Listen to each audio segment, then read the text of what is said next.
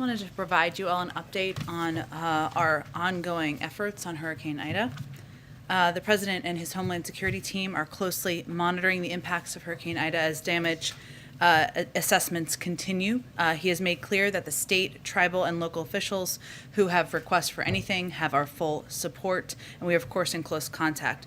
Today, the FEMA administrator and the American Red Cross director are in Louisiana to meet with the governor and survey the damage from Hurricane Ida. Administrator Criswell will travel to Mississippi tomorrow to meet with state officials.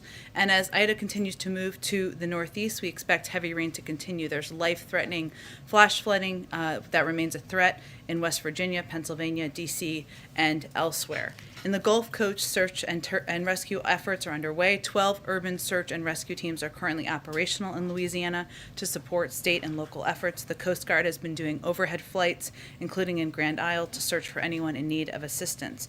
So far, urban search and rescue teams have assisted over hundreds of survivors, and their work continues. We're also in regular contact, which is a huge priority for people in the region, with private electricity companies to ensure they have the resources they need as they work to restore power in Louisiana and Mississippi, where more than 1.1 million customers remain without electricity. We've seen some people in Mississippi get electricity back, and we're hopeful we'll see continued improvements. There are more than 25,000 linemen from 32 states and D.C. in the region racing to restore power.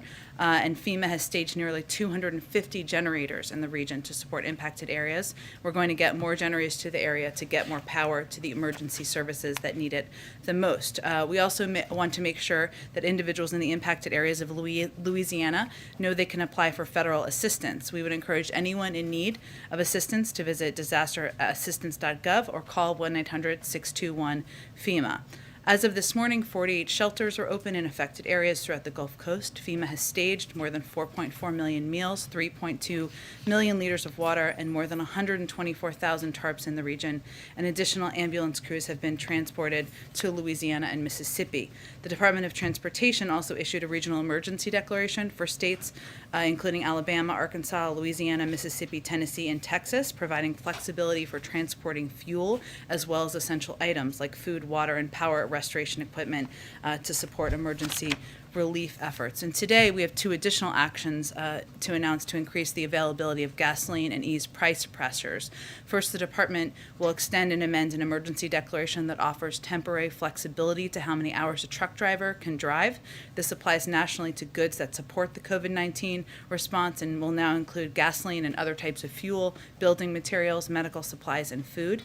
Because the hurricane is hitting a region that is a key center of the nation's oil production and refining infrastructure, this waiver should help reduce the risk of gasoline shortages or price increases stemming from the hurricane. DOT's top priority remains safety, and this waiver is accompanied by additional safety-related reporting requirements to allow the department to monitor driver working hours. And second, the EPA has approved emergency fuel waivers for Louisiana and Mississippi, effective immediately, which will expand the supply of gasoline that can be sold in these two states and increase availability at this critical time. We are continuing to assess and will continue to provide you all updates. Why don't you kick it off, Josh? Good to see you. Good to see you. Thanks, Jen. Two subjects. First, on Afghanistan. The president said that any additional evacuations will go through diplomatic channels and that the United States has leverage over the Taliban. Can you tell us what those channels look like and what kind of leverage the United States has? Absolutely. Well, first I would say I would point you to the remarks that the Secretary of State provided last night, but let me give you some highlights of that. We have enormous leverage over the Taliban, including access to the global marketplace. That's not a small, it's not a small piece of leverage. And in order to gain access to the global marketplace, we're going to be watching closely, as will the global community. I would note that yesterday the UN Security Council also passed a resolution that made clear to what the expectation is in terms of safe travel. And evacuation, or departure, I should say, of individuals who want to leave Afghanistan. And nearly half of the countries in the world have also signed on to a statement making clear that is the expectation. That's the diplomatic side, and the other diplomatic components that our Secretary of State will be focused on include establishing a presence in Doha, which is already underway, which is a place where we will be able to operate from diplomatically. So we can have access with consular officers and diplomats who can engage with American citizens or others, our Afghan partners who want to depart. we're working to set that up now. The other piece is engagement with the Taliban, which will continue through our ongoing channels that we have with the Taliban on the diplomatic front. The other piece of this, which is very important, is operational, which is opening the airport and regional airports, and also ensuring that there is overland travel that is possible, which means being able to leave across borders. And the president touched on this in his statement. On the airport front, the more specific piece we're working on with the Qataris and the Turks, who are important partners here, is getting the civilian side of the airport up and operational again, so that we can use that not just for flights for people to depart, but also for humanitarian assistance, which we would work through programs like the World Food Program and others to distribute. So there are a number of channels. This is a priority the Secretary of State will be leading. They'll continue to provide updates, and we're hoping to make progress in the coming days. And secondly, on the economy, you were asked the other day about the expiration of the extended unemployment benefits. We know that black unemployment in this country is above 8%. It's above 7% in New York, Nevada, Illinois, California. With the expiration, how do you ensure that people in those places still get the support and aid they need? You're right, and Josh, it's vitally important to look at the fact that there are different circumstances in different states. So if we just take a step back and look at the national landscape on these benefits, in about half of all states, 24 governors have already made the decision to eliminate pandemic unemployment benefits. That's a choice they have made. In the remaining 26 states, unemployment levels vary pretty widely, from 3% to 7%, and half of these remaining states have unemployment rates that are already less than 5%. So there are differing needs in different states, and governors are making different decisions.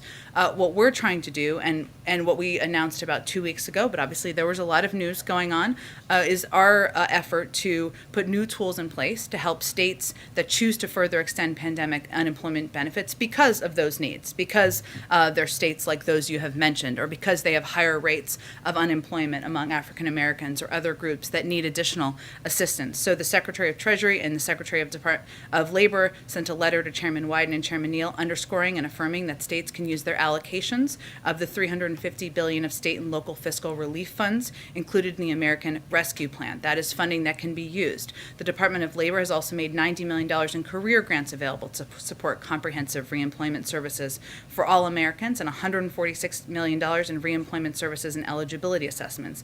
And the Department of Labor also sent a letter just last week to states with information about how to leverage existing UI program infrastructure to deliver ongoing support to unemployed workers. We have also been engaging directly with states. We've been engaged now with about 30 states and counting to talk about what their specific needs are and how programs that are available can be eligible to people in their states. Go ahead. First on Ida, thank you for all that information. You still tracking that he might go to the region at some point? He certainly is open to that. What he does not want to do is interrupt rescue and recovery efforts, which, as many of you may or may not know who have covered hurricanes before, people leaving their homes and going to evacuation centers, that can increase in the days ahead. It isn't always just in the day after, and certainly there are ongoing efforts on the ground, as I just noted. So he's open to that. I don't have anything to announce at this point in time. Obviously, the President of the United States going to a region takes a lot of resources. On Afghanistan, is there any sense of if and how many Americans might have left today? Is there even a way to track that for the U.S. government at this point? Well, I will say we remain in touch through a range of means of communication: email, text, WhatsApp. That's something that we could certainly do from here, but also having a presence in Doha and diplomats in the region will enable that to happen locally or close by as well. I don't have an update for you on the numbers, but that's something the State Department would have the best assessment of. We have asked and we've talked a little bit about the president's mood over the last few days, or his sense of all of this. A few of us observed he seemed angry at the beginning of the speech today. Who's he mad at? I would say I'll give you a different assessment of what I saw, which is that he gave a forceful assessment, laid out a forceful case to the American people as to why it was time to wind down a 20-year war that has led to the loss of thousands of lives. And in his view, and I think he made a firm case of this, it's not in our national security interest to be on the ground anymore. And on North Korea, the ongoing situation there, what's your current understanding of what they're doing with their nuclear program, and is there any renewed outreach to Kim Jong-un and his regime? Well, we have left the door open and obviously reached out through our channels. I don't have an update for you in terms of any response to our offer. Our offer remains to meet anywhere, anytime, without preconditions. We're obviously aware of the reports we've seen over the last 24 hours, and we're closely coordinating with our allies and partners on developments and assessing closely. Go ahead, Jeff. Jen, the president said in his remarks just a short time ago that in April, a deadline was set for August 31st. In fact, in his April remarks, he set a deadline for September 11th. So what changed over these last few months between the August 31st deadline and the September 11th initial deadline? Was that a deadline agreed to, a new time frame agreed to by the Taliban or suggested by them or by this administration, or what's the discrepancy there? The military gave their assessment that they needed 120 days to wind down our presence in Afghanistan, so we abided by that. But in the April speech, September 11th was the date. The August 31st date just arrived between April and now. And he bases strategic decisions, tactical decisions, I should say, on the advice of the military and commanders on the ground and the timeline they needed to wind down our presence. And hence, here we are. It was his timeline, though. It was not the Taliban's timeline. So he moved up the timeline to August 31st. We needed 120 days, and we abided by the advice of the military. Jeff? Jen, can you clarify whether the United States has an agreement with the Taliban to allow more Americans and other Afghans to leave the country? Well, I will say, Jeff, that it is not just our expectation, but also the expectation of 100 countries around the world, the UN Security Council and others, that the Taliban will abide by what they committed to last Friday, which is the ability of people to leave Afghanistan should they choose to leave. There do need to be ongoing diplomatic negotiations, or discussions, I should say. That's a part of what the Secretary of State and his team will be leading. But I would note that the Taliban conveyed that on Friday, a leader of the Taliban. Again, more than half of the countries in the world have conveyed clearly what they expect, and the UN Security Council signed a resolution yesterday. So those are the diplomatic pieces that have moved forward, but this will be a top priority in the days ahead. The president was critical today and has been critical of former President Trump's deal with the Taliban. Given that, I'm wondering if this administration or if this president gave any consideration to not holding on to former President Trump's special envoy to Afghanistan, who stayed on. Look, I think the president wanted to be clear about what he was left when he took office, and he laid that out very clearly in his speech. But just to reiterate, since you gave me an opportunity, a couple of the points. When the president took office, there was a deadline that was just 3 months away that included, for May 1st, that included no requirement that the Taliban work out a cooperative governing agreement with the Afghan government. It did release 5,000 prisoners last year, including some of the Taliban's top war commanders. So the president was walking into that circumstance. He wanted to leave Afghanistan. It's a war he has long felt we needed to depart from. He's felt that was long overdue. But that was the circumstance he walked into, and frankly, there's a little bit of selective memory loss from some of the people who served in the last administration about these circumstances. But my question was actually, why hold on to the Afghan envoy, the U.S. envoy to Afghanistan, who served under President Trump? Why did President Biden hold on to him? The president has made changes where he saw fit and has not made changes where he felt the person continued to be the right person for the job. That's not a political decision. Go ahead. Thanks, Jen. So we heard from the National Security Advisor, Jake Sullivan, this morning on Good Morning America. He's mentioned that 98% of those on the ground there in Afghanistan and a small number who remain, they have reached out. They got out, as many people as they could.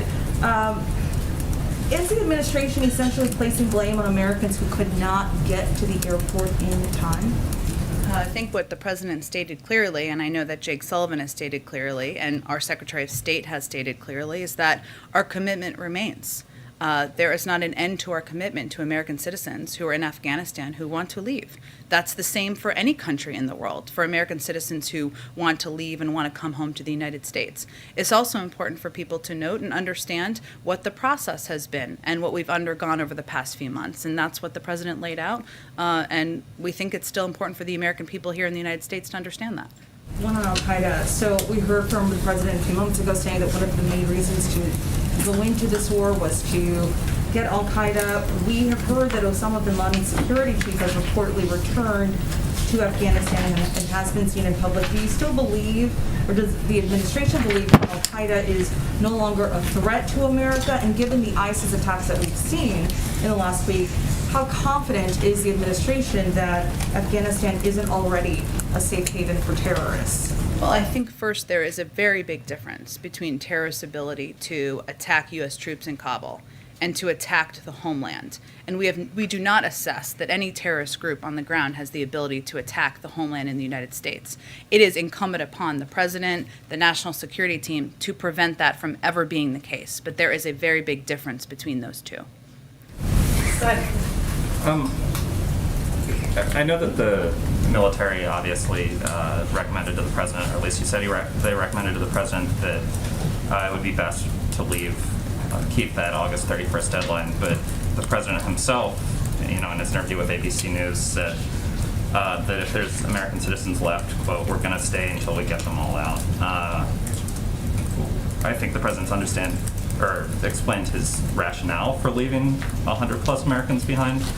But can you talk about why he allowed his credibility on this issue to sort of go out the door on making a flat promise and then not keeping it? Well, first I would say that the president remains committed to getting every American citizen who wants to get out.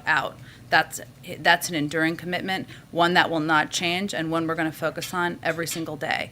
I would also note that over the course of the last 2 weeks, we have seen a terrorist attack that took the lives of 13 of our service members. And there was and part of our assessment always is going to be the risks, a risk assessment.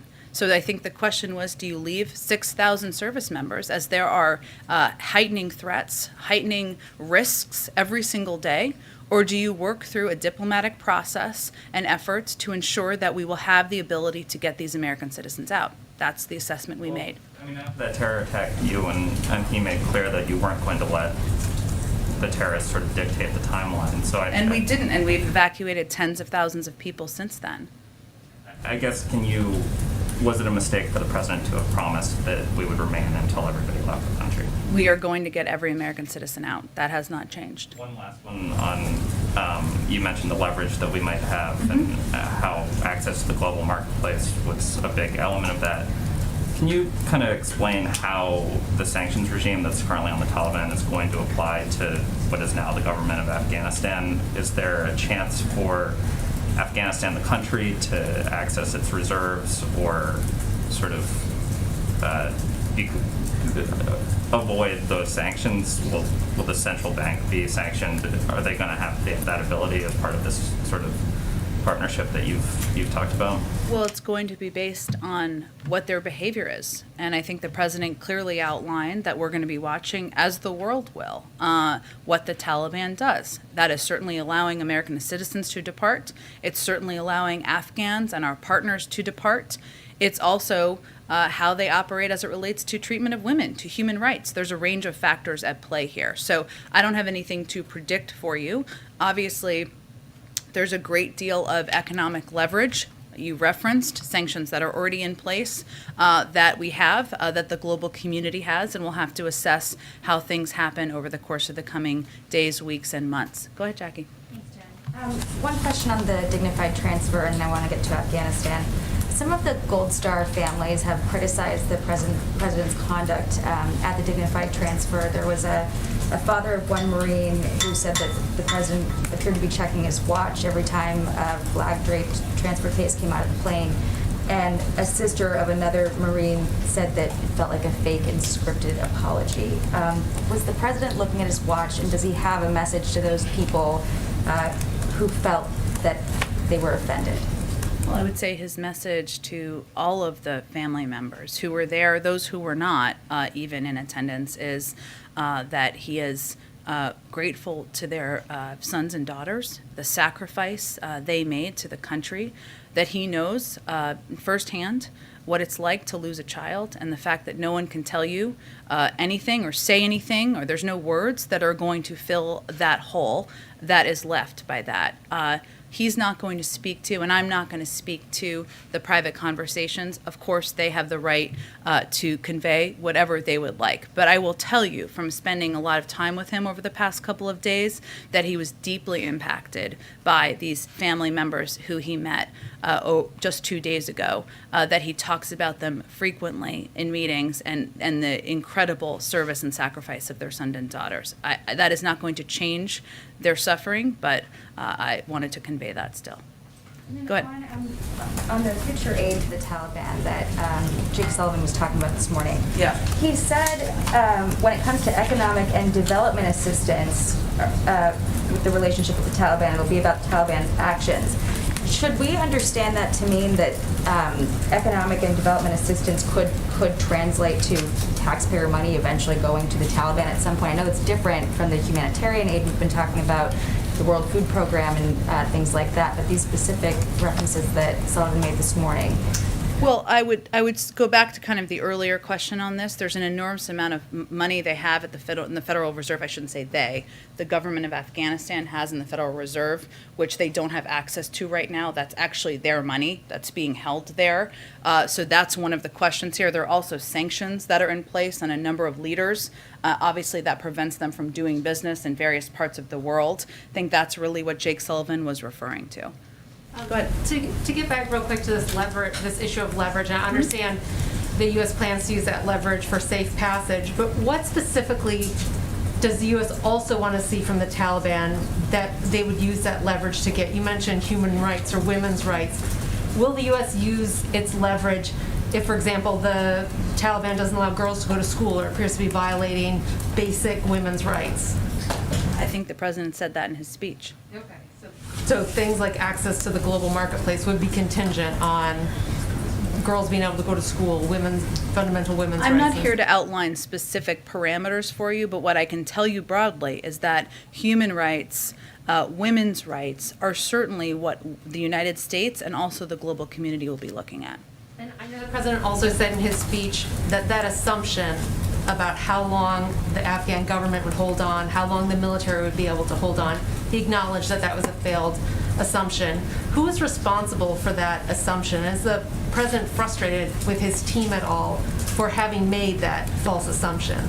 We don't have the luxury of being frustrated. Our focus right now is on continuing to move forward on our diplomatic efforts, and continuing to do everything we can to get our Afghan partners and American citizens out, and to get Afghans who have fought by our side safely settled in the United States and third countries around the world. Go ahead. Was that like a military assumption, though, or was that an assumption coming I from the don't think intelligence anyone community? assessed that they would collapse as quickly as they did. Anyone in this room, anyone in the region, anyone anywhere in the world. If you have anyone who did, I'd be surprised. Go ahead. Thanks, Jen. The Afghan interpreter who helped rescue then Senator Joe Biden when he was stranded 13 years ago in Afghanistan is now in hiding. He told the Wall Street Journal, "Hello, Mr. President, save me and my family, don't forget me." What's your response to him, and why is he and other Afghan allies like him still in the country if the president believes, as he said today, that the mission was an extraordinary success? Well, I would say first, our message to him is thank you for fighting by our side for the last 20 years. Thank you for the role you played in helping a number of my favorite people out of a snowstorm, and for all of the work you did. And our commitment is enduring, not just to American citizens, but to our Afghan partners who have fought by our side. And our efforts and our focus right now is, as you heard General McKenzie say and others say over the last 24 hours, is to the diplomatic phase. We will get you out. We will honor your service, and we're committed to doing exactly that. Go ahead. Thanks so much, Jen. Just to build on some of the things my colleagues were saying, President Biden said Americans who were given multiple chances to leave, dating back several months, but things, as you just noted, changed dramatically in the last few weeks. My question is, how many of those families said they wanted to stay in Afghanistan in the last few weeks, 2-3 weeks? And is it really fair to say, for the president to say, that they didn't leave when they had the chance? As you just mentioned, no one expected the collapse as happened, and the president himself, for months, was publicly saying that the Taliban would not be running things, and also that this exit would be safe and organized. Well, I would say first that no one is placing blame here. I think it's important for people to understand, though, what the process has been. And while there are between 100 and 200 American citizens who have not yet departed, we have also evacuated more than 5,500 American citizens and their family members and 115,000 other people from Afghanistan. So more than 120,000 people made their way to the airport or was able to evacuate from the country. It is also very understandable, and I want to be very clear here, the vast majority, if not everyone, though the State Department would have to speak to this, who is still there, are dual citizens who have lived their entire lives in Afghanistan. This is about, I know this is hard for people to understand who grew up and live here. This is where they've lived. This is where their family members are. This is their communities. Maybe they own shops. Maybe they have 50 family members or 20 family members. This is not an easy decision to leave. We understand that. And what the president is saying is, if you decide to leave next week, if you decided 2 days ago and we couldn't get you out, we're going to get you out. And that's what his commitment is. Can I ask about the immigration system and the refugee situation? The U.S. immigration system is already very overstretched. It's dysfunctional. I wanted to know what steps is the administration taking to ensure that the tens of thousands of Afghan people who are being resettled here in the United States are not going to be caught up in red tape and that they're going to get the resources they need? Well, first, the president has asked the Secretary of Homeland Security to lead this effort, and there is a process that includes not just a thorough background check and vetting process, but as individuals come to the United States, some will end up going to military bases where they will have access to a range of resources, including vaccines. Those who are parolees will be required to get those vaccines. And what we are working to do is ensure we are leveraging and working with all of the incredible refugee resettlement organizations around the country who are eager and open to helping these Afghan refugees, also to veterans organizations who are eager and open to helping these Afghan refugees resettle in the United States and work through as orderly a process using every lever of government from the U.S. military, the Department of Homeland Security, to move this process as rapidly as we can. Go ahead.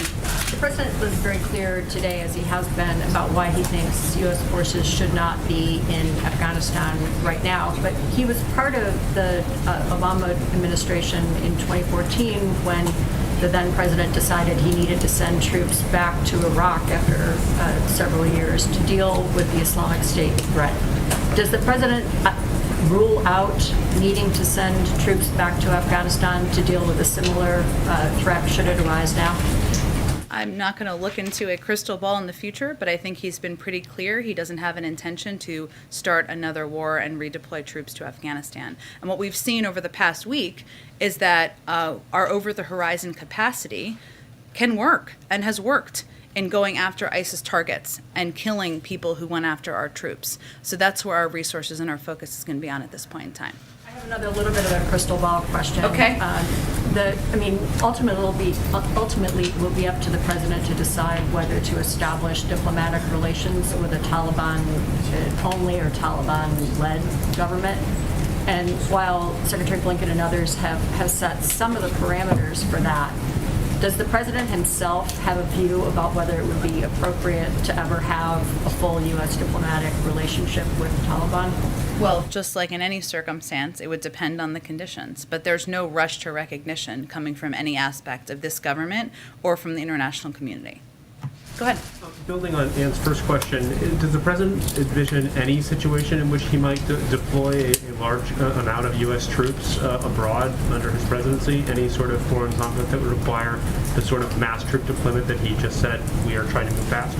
Well, I think one of the pieces that he talked about in the speech was how he views our engagement in the world, and I think this is probably why you're asking this question, and the horrible scenes and memories of the last few weeks. And as we think about how we embark on or how we use military force these moments and these divisions of the last several weeks or months or years should stick in us, and stick in our minds. He made clear, first, we must set missions with clear, achievable goals, not ones we will never reach, and second, we must stay clearly focused on the fundamental national security interests of the United States. I mean, the president has not hesitated to use force when warranted, when he feels it's been warranted. He has done strikes in certain parts of the world. He has made very clear, and he said today, our work with you, we're not done with you, ISIS. That was a paraphrase, but he said it better. And that, I think, sends a clear message that he's going to go after terrorists. He's not going to hesitate to use the capacities and capabilities we have.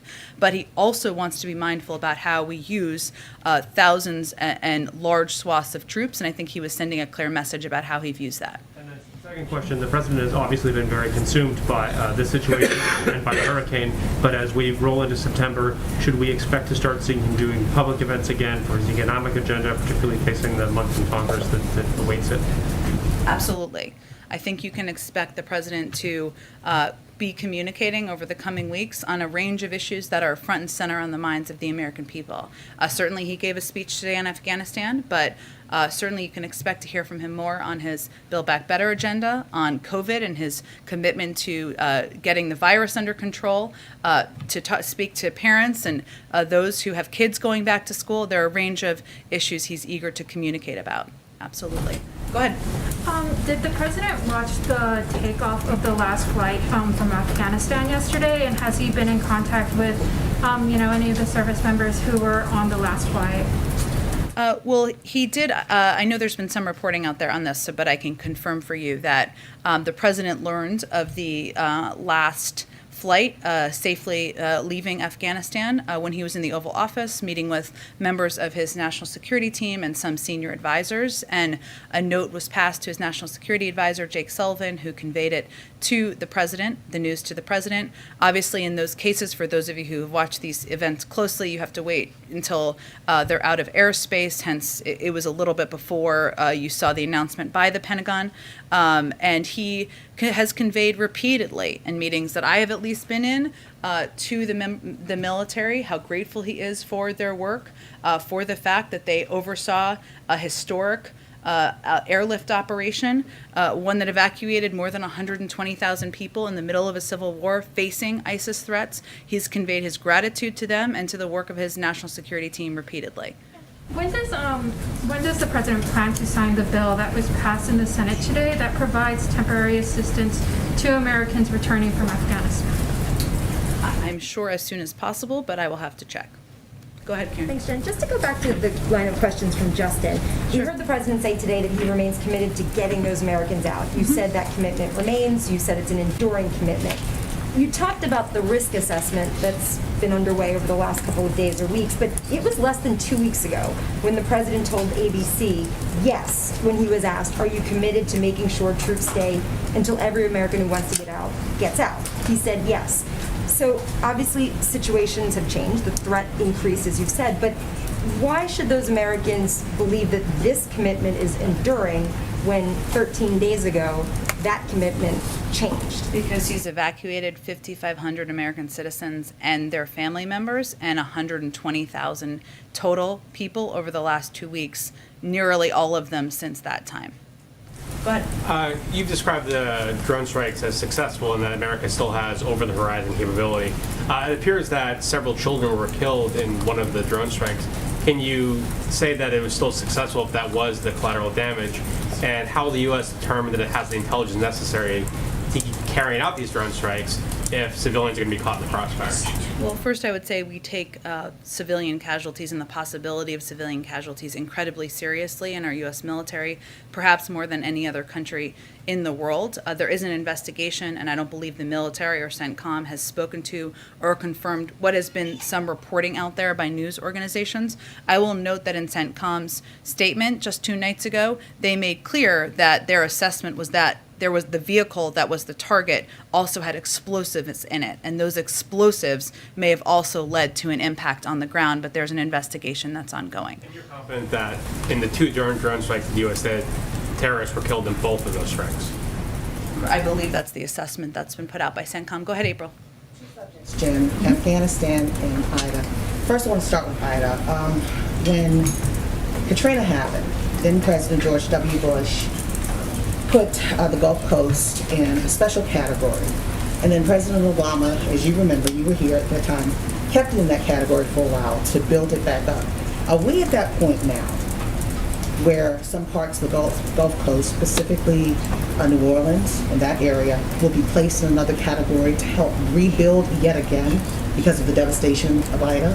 Well, April, I will say that we're only on a couple days into the storm. I know you've covered these, as you've referenced in the past, and we don't know how to assess yet all of the impacts. But what I think the people of the region and the Gulf Coast should look at to evaluate how committed the president is to this is all of the preemptive resources he put in place, all of those he sent to the region, and the number of resources he's continuing to deploy from the federal government. So I can't assess that at this point in time, but I can tell you that the president receives briefings about the hurricane every single day, sometimes more than once a day, and has been for several days, and he's committed to delivering on whatever the needs are to help the Gulf Coast recover. Afghanistan, we talked to Greg Meeks, the chair of the House Foreign Affairs Committee, and he said there will indeed be congressional hearings on this longest war in U.S. history from the beginning to this moment. What is the expectation of this administration when it comes to these hearings, and what are you willing to offer? Full transparency as it relates to how all of this happened beyond these speeches, but going into the weeds as to why, the hows, the who, what, when, where, and why. Well, I would say first, we've already done several briefings with members, including in the classified setting, over the course of the last several weeks. So that speaks to our commitment to answering questions they have and being able to play our role in working with them on addressing the last 7 months. Now it's a 20-year war, so there's obviously a lot to dig into. One more. Yep. But following up on that, but would this administration be willing to sit before hearings? Some in this administration go before Congress and answer questions about their part in this war. Again, I think we've clearly already been participating in Congress's asks, and we have already been briefing them. There haven't been specific requests made that I'm aware of, and as they come, we'll speak to those. Embassies in the area doing in Europe and Spain to support this effort to help get Americans out and just this evacuation and going and shifting from the military operation to that of diplomacy? Well, there's been a huge role that our nation's diplomats have been playing already to date. Obviously, there's been a Herculean effort by the U.S. military on the ground, but our diplomats, the consular officers, many of them who are on the ground, or those who are making tens of thousands of phone calls to identify Afghan applicants, members of the vulnerable population, American citizens, that work will continue. And that work will continue to help get American citizens and others who have fought by our side out of the country. Go ahead, Rachel. And the president said there's no deadline to get the remaining Americans who want to leave out of Afghanistan. But is there an acceptable timeline for the president for them coming home? Well, I would say, Rachel, if someone decides in a year they want to leave Afghanistan, we're going to help them leave. If somebody is now ready to, we're going to help them leave as quickly as possible. So I think that's what he was conveying. Go ahead. Thanks, Jen. I want to follow up on my question yesterday about deserving Afghans who did not get to leave. I think many people would understand that in the fog of war, despite the best efforts of the Marines and consular officers on the ground, mistakes are made. Marines could grab people or push people out of the gate because of a security threat, for example. But what I was talking about were these specific allegations from our sources on the ground and people who are assisting in these rescue operations who say that because of inconsistent policies, conflicting policies, and also a lack of coordination between the State Department and the Pentagon, and also competing interests from people in Washington with influence who are pulling strings, this creates a chaos in which vulnerable Afghans, including SIVs, were left behind, but individuals who may not have who is not an at-risk individual gets to leave. So is the administration willing to admit responsibility for this situation, and what would be your remedy? have no confirmation of what you've just outlined. What I will tell you is that 117,000, approximately, many of them Afghans, people who were not American citizens, were evacuated. That's more people than ever in any airlift in U.S. history.